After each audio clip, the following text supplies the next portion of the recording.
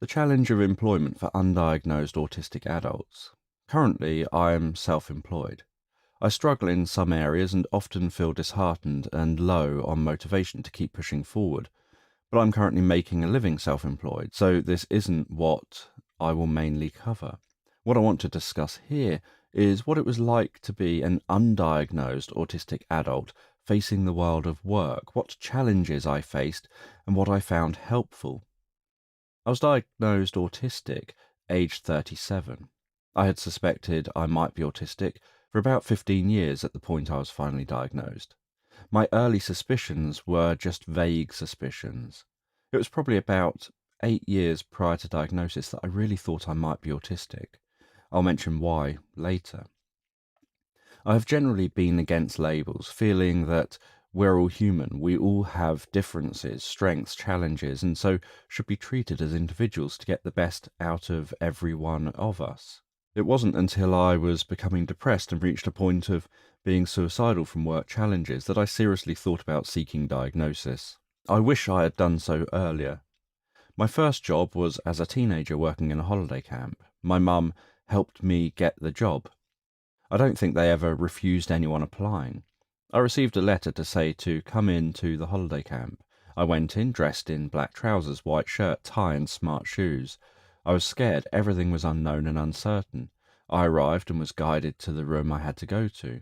It was a room like a lecture hall. There were dozens of other people present, all of us starting our first day.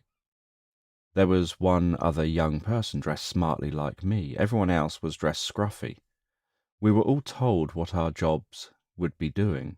I was told that I was going to be working in one of the restaurant venues. It was a food hall with food outlets around the outside and a bar in the middle and a main restaurant at the back.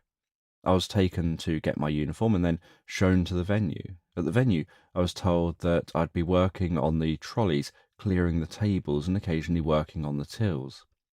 On introduction, the manager of the venue said who he was and went to shake my hand. I looked at it. I didn't know what I was supposed to do. He said, "Aren't you going to shake my hand?" I didn't know what I was supposed to say or do or why I was supposed to shake his hand. So I said something like, "I don't know you, so I don't know if I'd like you to shake your hand." I didn't shake his hand. I felt intimidated by the other staff, especially the senior staff. They were all joking with each other. Some of them bullied me over my time in the job, but I felt powerless to do anything about it. All I could do was try to avoid those staff. I didn't mind clearing tables, apart from when it was noisy and chaotic due to lots of customers, and customers trying to talk to me, like asking for cutlery, if things like cutlery had run out. I really disliked being on tills. I worried that by using the till I was going to somehow break it. I worried I wouldn't be able to focus on everything I needed to focus on, and I would make a mistake. And I had a problem with the idea that customers are always right when this isn't true. If a customer told me I'd given them the wrong change, I would stop the queue and cash the till up to check, and only if the till was wrong would I then give them the money. This didn't make me popular in this role. Fortunately, I was moved into the pot wash. I loved this job. I rarely had to interact with people. I was often on my own in a room, just loading and unloading a large dishwasher. At certain times of the year, like Christmas, I'd be asked to do different jobs, like being a waiter. I always refused and would walk out of the job if they put pressure on me to try to make me do it. I tried to find any excuse I could to do something others find boring, because often those tasks others find boring are the tasks where you are on your own doing something repetitive. I ended up having a brilliant manager. One time when I walked out, he visited my studio flat every day, shouting up the side of the building. I didn't have a working buzzer and had no desire to get it fixed, until eventually I responded and he talked me into coming back into work, and he made changes for me to help keep me in work. This above and beyond management, where he put me and my needs first rather than showing frustration towards me and just replacing me, was really helpful. It never crossed my mind to seek help from people, so when I was doing this job, which involved me walking out lots and involved seasonal hours where you work very few hours in the winter and I would go without any income, At these times, I wouldn't eat, I wouldn't have electricity, so I wouldn't have any heating, cooking facilities, lighting, or hot water, and was often behind on my rent and ended up with county court judgments to take council tax out of my wages, meaning at other times of the year when I was earning a more normal weekly wage, I was paying back money I owed on rent and paying more on council tax arrears. During winter, when the holiday camp was only open Friday afternoons, Saturdays, Sundays, and Monday mornings, I would only eat the meal supplied in work, one meal a day, Friday, Saturday, Sunday, and Monday. Then I wouldn't eat until the next Friday. Ice used to form on the inside of my windows at times because my studio flat was so cold. I would just drink cold water all week. I never put money on the electric. When it got dark, I just sat in bed in the dark doing nothing until I fell asleep. I never sought help or saw this as a problem. It was just the way it was. Eventually, with the job, they were making changes I couldn't handle, so I walked out. By then, I was in a relationship. The person I was in a relationship with was appalled about the conditions I was living in. We lived together, which made it easier to cover outgoings. She also knew about the job centre. I didn't know anything about it prior to meeting her. When I walked out of the job, I went to the job centre, looked at the jobs on the postcards over the walls until I found one saying no experience required. I spoke to a job centre worker who telephoned the company. They invited me along for an interview and I was offered the job. The job was working in care homes for people with mental health challenges. There were also some autistic people in the homes. This was my first introduction to autism and the first time I met people where I recognised something of myself in others. I didn't think anything of it really at that point. The job was generally much quieter than working in a holiday camp. Most of the residents were on strong drugs and spent their days sitting in the lounge reasonably unresponsive. Just a few of the residents walked around and engaged in conversations. I also liked the structure. There were clear meal times, medicine times, tasks which had to be done like cooking and cleaning, and reports which had to be handwritten. It was the same structure every day. There was some variation, like some days food was delivered, some days a professional may visit the home, but it was easy to largely just get on with my job. I received some discrimination in this job around things like not properly understanding instructions. I would assume I had understood and would get told I hadn't. Some parts of the job I found difficult, like having to occasionally make phone calls.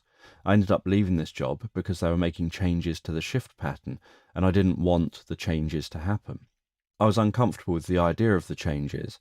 I know this sounds ridiculous because by leaving I was putting myself through a change to avoid change, but that never crossed my mind, and is a pattern I seem to follow without realizing that I'm inflicting myself with the thing I'm trying to avoid. I left that job a few days before the changes came into effect. In my next job, it was the only job I had applied for, just as it was before. I had seen an ad in the local paper for unskilled staff. It was another job in care homes. I had sent my CV to the address in the ad, attended the interview, and was offered the job. I think because I don't see people as having any status over me and have very little interest in the opinions of others, I can come across well in interviews because I am calm and confident and just me. Although I did fail to get one job because the interviewers felt I obviously didn't want the job enough because I appeared too calm and confident. They felt if I wanted the job, I would be nervous due to trying to impress. I also don't see the social communication aspects of interviews. I just see that you get asked a question. If you don't know the answer, you ask if they can give an example of what they're after. If you still don't know what to say or don't understand, you ask if they could rephrase the question. If you still don't know the answer, you say you don't know.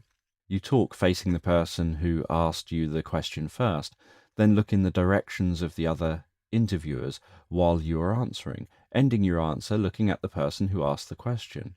I see this as a planned structure to follow and not a random social interaction, so I don't do too badly at it.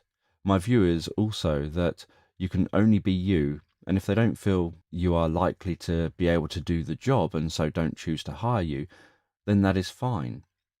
You are likely to have struggled if somehow you scraped through, so I don't think about how the interview will go, just about answering questions and then getting on with my day. In that job, I turned out to be very good at it because of being more emotionally detached than other colleagues. But I was threatened with the sack on a number of occasions for things like failing to say phrases like good morning, goodbye, how are you, etc. to work colleagues, and for being honest with social workers and inspectors rather than following on the image of the company. I applied for promotion once in the job and was told I wouldn't get it because I'm not capable of just doing as I'm told and towing the company line. I also struggled with many aspects of the job, like making phone calls, but I often could manage to get other staff to do these things while I did the paperwork that they wouldn't want to do. They'd prefer to spend a couple of hours making relevant phone calls than writing pages of paperwork. With practice, I learned to be able to make phone calls to places like the police where calls were structured and predictable. The job was caring for teenagers with challenging behaviour. Many were autistic. This was where I really started to wonder if I was autistic. Staff would often joke about my similarities to the way the autistic teens would behave. I used to just laugh this off because I didn't know any other way of responding. Due to challenges I was facing in this job, I went to Unison, who I was a member of at the time, to try to get them to help me tackle the discrimination I was facing. They agreed I was facing discrimination, but said they couldn't help because nothing in law protected me. They said because I wasn't a minority, disabled or female, etc., I couldn't get help, so they advised I should either leave or stay and be a thorn in their side. The discrimination was clearly to try to encourage me to leave, and leave on my terms when I was ready and had something to go to. I left Unison because I saw no point in paying to be a member when the one time I needed their help, they said they couldn't help. I then left the job once I had found another job, which was also in a children's home. I feel that if I had an autism diagnosis at this point, I would have been able to have Unison's support in tackling the discrimination. In the next job, I generally got on fine. I had a few issues where I would get told off for doing things like mimicking sounds and things people say. My manager saw this as me being rude, despite me explaining I did it automatically, and that until people point it out to me, I don't realise I'm doing it. I'm not doing it to be offensive, etc. My reason for leaving this job was that I was cycling to work one day and was hit by a truck. I was off work for a while with injuries and came back to work for a few months, but they ended up having to lay me off when they were making cuts. Privately, one of the managers said it was because I wasn't able to restrain, etc., and they were having to cut back on staff, so the choice for it being me as one of the staff laid off was because if they kept me, they would have to have extra staff on shift because I couldn't join in restraints or any of the physical activities. This made sense to me and I was fine with this. The company's public stance was that I just happened to have been chosen because they needed to make cuts, with no explanation why I was cut. I was the most experienced member of staff in the home. Something new in this job was the use of computers. I tried to convince the company to do everything by hand. It terrified me and has in all future roles using computers. I worried I'd press a button that would delete everything from the computer, would crash the internet, would blow the computer up, etc. Even today, this is one of my biggest worries, regardless of how illogical I know this sounds. Following the loss of this job was a period of over 2 years of unemployment. The system in the job centre had changed. You could no longer look at postcards on the wall and find a job to apply for. You had to do it on computer terminals. I struggled with this. You needed to really know what kind of job you wanted to search for before searching. The trouble is, I didn't know what kind of job I wanted to search for. You also just saw the job title, not all the details. So the best you could do was to go through each job, clicking on it and reading it. You couldn't just scan for a job based on pay and experience and see a brief description of what the job entails. I would have no idea what a job entails based on just the title. I really struggled with this, and when I told the job centre this, they didn't seem to care. The attitude was that this is how it is done. It was my responsibility to just do it.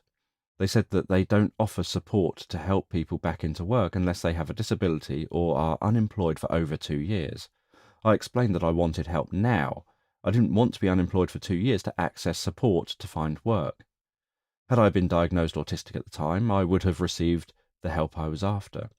I applied for a care job, thinking I would keep quiet about my injuries unless asked. I got the job, and within 24 hours of my first shift, I couldn't handle the uncertainty of the job and whether I was likely to make my injuries worse or lash out at a teen if they accidentally hurt me because of my injuries. So I told the manager I can't do this, and I left. I applied for every job I could, thinking I would have to figure out how to stay in a job once I get offered it. I got offered a telesales job.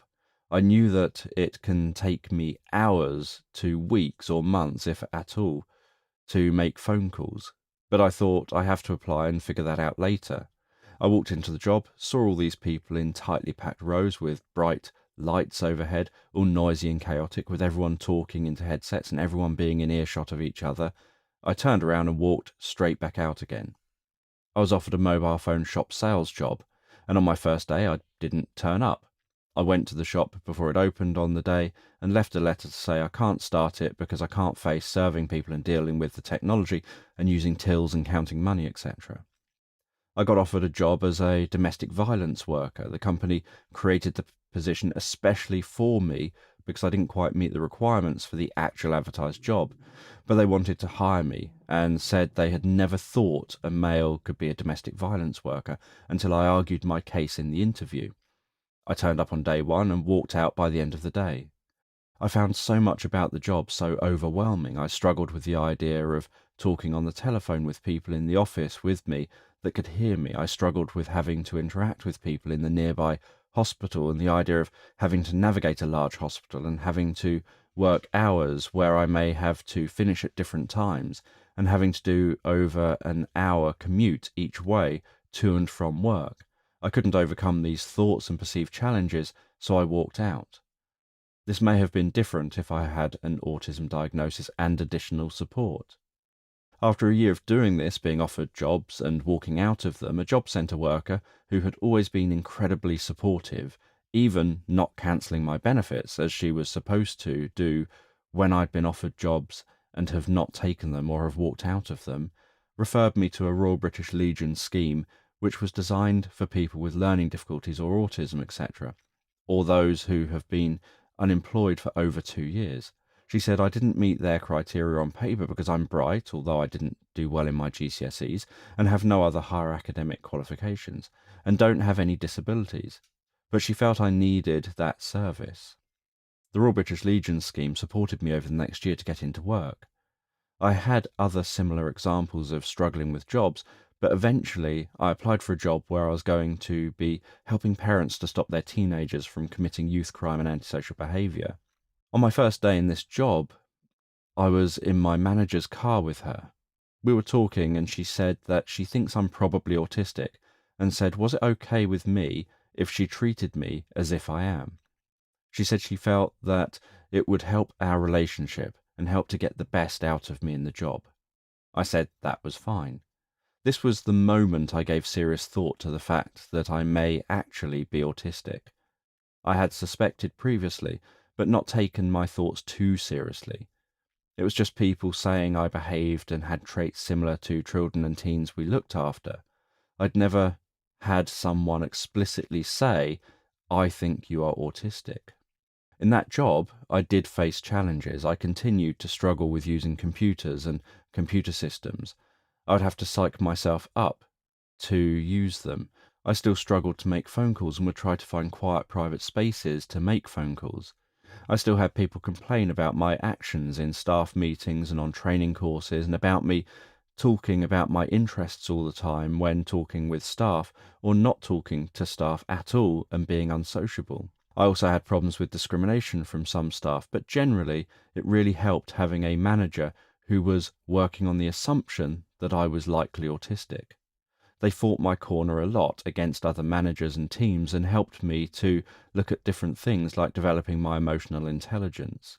This job also got me into holding support groups and courses for parents, many of whom had autistic children, were struggling with the system, like seeking diagnosis, support in school, benefits, etc., and struggling with the behaviour of their children, violence, antisocial behaviour, etc.